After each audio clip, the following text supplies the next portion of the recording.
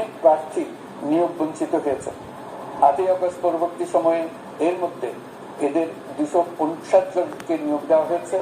মাঠ প্রশাসনকে জনবান্ধব এবং দুর্নীতিমুক্ত জবাবদিহিমূলক ভাবে গড়ে তোলার জন্য সব ধরনের উদ্যোগ নেওয়া হয়েছে। সরকারি কর্মচারীদের বাধ্যতামূলকভাবে সম্পদ বিবরণী দাখিলের নির্দেশ দেওয়া হয়েছে এবং এটা প্রতি বছর তাদেরকে করতে হবে। ধ্বংস হয়ে পড়া একটা জনপ্রশাসনকে নিয়ে যাত্রা শুরু করেছে। মন্ত্রণালয়গুলোর উচ্চতম পদে যারা নিয়োজিত ছিলেন তারা অনেকে দায়িত্ব ছেড়ে চলে গেছেন, কিংবা পদে থাকলেও সহকর্মীদের চাপের মুখে কাজ করতে পারছিলেন না, বাধ্য হয়ে পদত্যাগ করেছে। আমরা নতুন বাংলাদেশকে একটা পরিবেশ বান্ধব এবং জীব বৈচিত্র্যময় দেশ হিসেবে গড়ে তোলার উদ্যোগ নিয়েছি। এটি তরুণদের আকাঙ্ক্ষা, আমাদের সবারই আকাঙ্ক্ষা।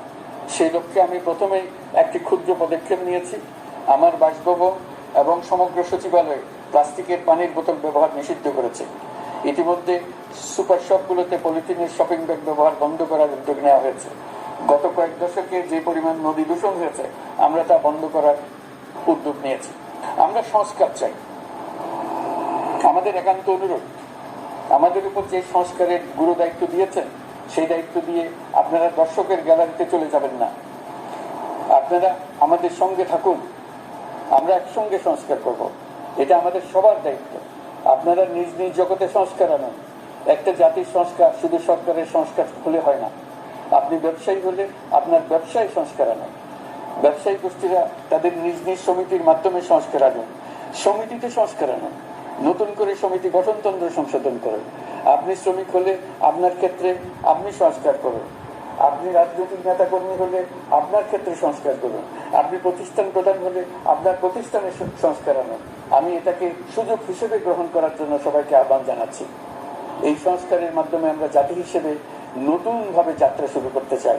আমাদের এই যাত্রা আমাদেরকে পৃথিবীর একটা সম্মানিত জাতি হিসেবে প্রতিষ্ঠিত করুক, এটাই আমাদের সবার কাম্য, এটাই আমাদের সবার লক্ষ্য। গত এক মাসে আমি বেশ কিছু রাজনৈতিক দলের সঙ্গে পৃথকভাবে বসছি, তাদের সঙ্গে মতামত বিনিময় করেছি। তারা আমাদের উৎসাহিত করেছেন, ছাত্র শ্রমিক জনতার বিপ্লবের লক্ষ্যের প্রতি সমর্থন জানিয়েছেন, সংস্কারের কাজে পূর্ণ সহযোগিতা দেওয়ার আশ্বাস দিয়েছেন। আমি দেশের বিশিষ্ট সম্পাদক বৃন্দের সঙ্গে মত বিনিময় করেছি, তারাও সংস্কারের কাজে পূর্ণ সহযোগিতা দেওয়ার আশ্বাস দিয়েছেন। তারা বিভিন্ন বিষয়ে মূল্যবান পরামর্শ দিয়েছেন। সবার পরামর্শ নিয়ে এখন আমাদের অগ্রসর হওয়ার পালা। আমি বিশিষ্ট ব্যবসায়ীদের সঙ্গে বৈঠক করেছি, তাদের কাছে আমাদের সরকারের লক্ষ্যগুলো ব্যাখ্যা করেছি, তারাও আমাদের লক্ষ্যের সঙ্গে একমত প্রকাশ করেছেন।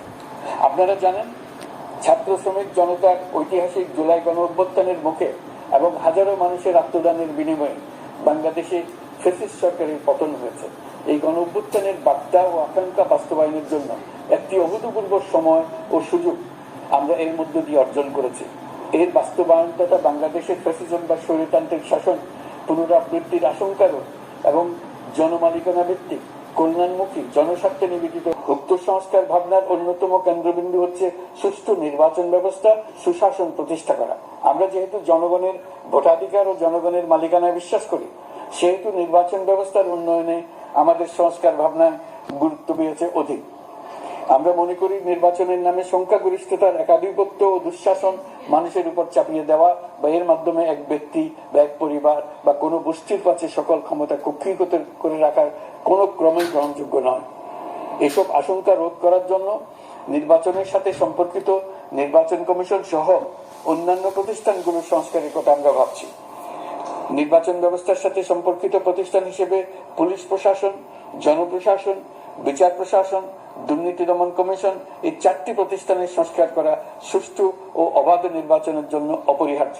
এসব প্রতিষ্ঠানের সংস্কার জনমালিকানা ভিত্তিক, জবাবদিহিমূলক এবং কল্যাণমূলক রাষ্ট্র ব্যবস্থা প্রতিষ্ঠায় অবদান রাখবে বলে আমি বিশ্বাস করি। এর পাশাপাশি সমাজের সকল স্তরের মানুষের প্রতিনিধিত্ব ও স্বার্থ নিশ্চিত করার জন্য এবং জুলাই গণ অভ্যুত্থানের বার্তাকে প্রতিফলিত করার জন্য সাংবিধানিক সংস্কারের প্রয়োজন আমরা অনুভব করছি। এসব বিষয়ে সংস্কার করার প্রাথমিক পদক্ষেপ হিসেবে আমরা প্রাথমিকভাবে 6টি কমিশন গঠন করার সিদ্ধান্ত নিয়েছি। এসব কমিশনের কাজ পরিচালনার জন্য বিষয়ভিত্তিক অভিজ্ঞতা বিবেচনা করে 6 জন বিশিষ্ট নাগরিকের নেতৃত্বে এই কমিশনগুলো পরিচালনা করার দায়িত্ব দিয়েছি। এরপর আরো বিভিন্ন বিষয়ে কমিশন গঠন করার প্রক্রিয়া আমরা অব্যাহত রাখব। নির্বাচন ব্যবস্থা সংস্কার কমিশনের প্রধান হিসেবে দায়িত্ব পালন করবেন ডক্টর বদিউল আলম মজুমদার। পুলিশ প্রশাসন সংস্কার কমিশনের প্রধান হিসেবে কাজ করবেন জনাব সরফরাজ চৌধুরী। বিচার বিভাগ সংস্কার কমিশনের প্রধান হিসেবে দায়িত্ব পালন করবেন বিচারপতি শাহ আবু নাইম মমিনুর রহমান। দুর্নীতি দমন সংস্কার কমিশনের প্রধান হিসেবে দায়িত্ব পালন করবেন ডক্টর ইফতেখারুজ্জামান। জনপ্রশাসন সংস্কার কমিশনের প্রধান হিসেবে দায়িত্ব পালন করবেন জনাব আব্দুল মুহিত চৌধুরী। সংবিধান সংস্কার কমিশনের প্রধান হিসেবে দায়িত্ব পালন করবেন ডক্টর শাহদিন মালিক। এসব কমিশনের অন্য সদস্যদের নাম কমিশন প্রধানদের সাথে আলোচনা করে ঠিক করা হবে। কমিশনগুলোর আলোচনা ও পরামর্শ সভায় উপদেষ্টা পরিষদের সদস্য, ছাত্র, শ্রমিক জনতা আন্দোলনের প্রতিনিধি, নাগরিক সমাজ ও রাজনৈতিক দলের প্রতিনিধিরা উপস্থিত থাকবেন। পূর্ণাঙ্গভাবে গঠিত হওয়ার পর কমিশন আনুষ্ঠানিকভাবে তাদের কাজ আগামী 1 অক্টোবর থেকে শুরু করতে পারবে বলে আমি আশা করছি এবং এটি পরবর্তী 3 মাসের মধ্যে সম্পন্ন হবে বলে আমরা ধারণা করছি। কমিশনের রিপোর্টের ভিত্তিতে সরকার পরবর্তী পর্যায়ে প্রধান রাজনৈতিক দলগুলোর সাথে পরামর্শ সভার আয়োজন করবে। চূড়ান্ত পর্যায়ে ছাত্র সমাজ, নাগরিক সমাজ, রাজনৈতিক দলের প্রতিনিধি, সরকারের প্রতিনিধি নিয়ে ব্যাপক ভিত্তিক 3 থেকে 7 দিন ব্যাপী একটি পরামর্শ সভার ভিত্তিতে সংস্কার ভাবনার রূপরেখা চূড়ান্ত করা হবে। এতে এই রূপরেখা কিভাবে বাস্তবায়ন হবে তার একটি ধারণাও দেওয়া হবে। এই আয়োজন জুলাই গণ অভ্যুত্থানের বার্তা বাস্তবায়ন ও রাষ্ট্র পুনর্নির্মাণ তাগিদের ঐক্যবন্ধনে গোটা জাতিকে শক্তিশালী ও আশাবাদী করে তুলবে বলে আমাদের বিশ্বাস। প্রিয় দেশবাসী, আমাদের সামনে অনেক কাজ, সবাই মিলে একই লক্ষ্যে আমরা অগ্রসর হতে চাই। আমাদের মধ্যে, বিশেষ করে আমাদের নতুন প্রজন্মের মধ্যে যে সুপ্ত প্রতিভা লুকিয়ে আছে সেটা যেন বিনা বাধায় রাষ্ট্রের এবং সমাজের সহযোগিতায় প্রকাশ করতে পারি, সেই সুযোগের কাঠামো তৈরি করতে চাই। সকলে মিলে আমাদের পরিবারের প্রতিটি সদস্যকে, সে ঝাড়ুদার হোক, ছাত্র হোক, শিক্ষক হোক, যে কোনো ধর্মের হোক, সবার সমান অধিকার নিশ্চিত করতে চাই। এই হলো আমাদের সংস্কারের মূল লক্ষ্য। আসুন ছাত্র শ্রমিক জনতার এই বিপ্লবের লক্ষ্যকে আমরা দ্রুত বাস্তবায়ন করি।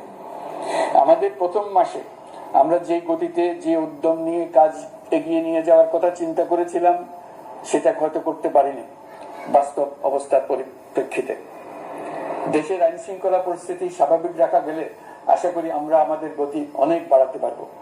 এই জন্য দেশের সকল মানুষের কাছে, শিক্ষক, ছাত্রছাত্রী, কৃষক, শ্রমিক, পেশাজীবী, বড় ব্যবসায়ী, ক্ষুদ্র ব্যবসায়ী, দিনমজুর, গৃহিণী, সকলের সহযোগিতা চেয়েছি। আমাদের কাজ বড় কঠিন, কিন্তু জাতি হিসেবে এবার ব্যর্থ হওয়ার কোনো অবকাশ আমাদের নেই। আমাদেরকে সফল হতেই হবে। এই সাফল্য আপনাদের কারণেই আসবে, আপনার সহযোগিতার কারণেই আসবে।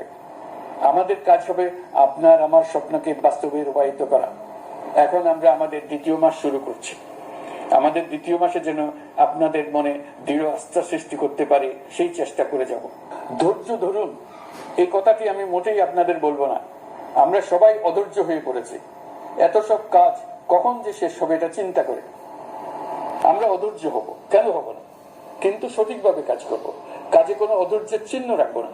প্রিয় দেশবাসী, দেশের শিশু, কিশোর কিশোরী, তরুণ তরুণী, ছাত্র ছাত্রী, বয়স্ক, বৃদ্ধ, পুরুষ, মহিলা, সবাইকে আবারও আমার সালাম জানাচ্ছি।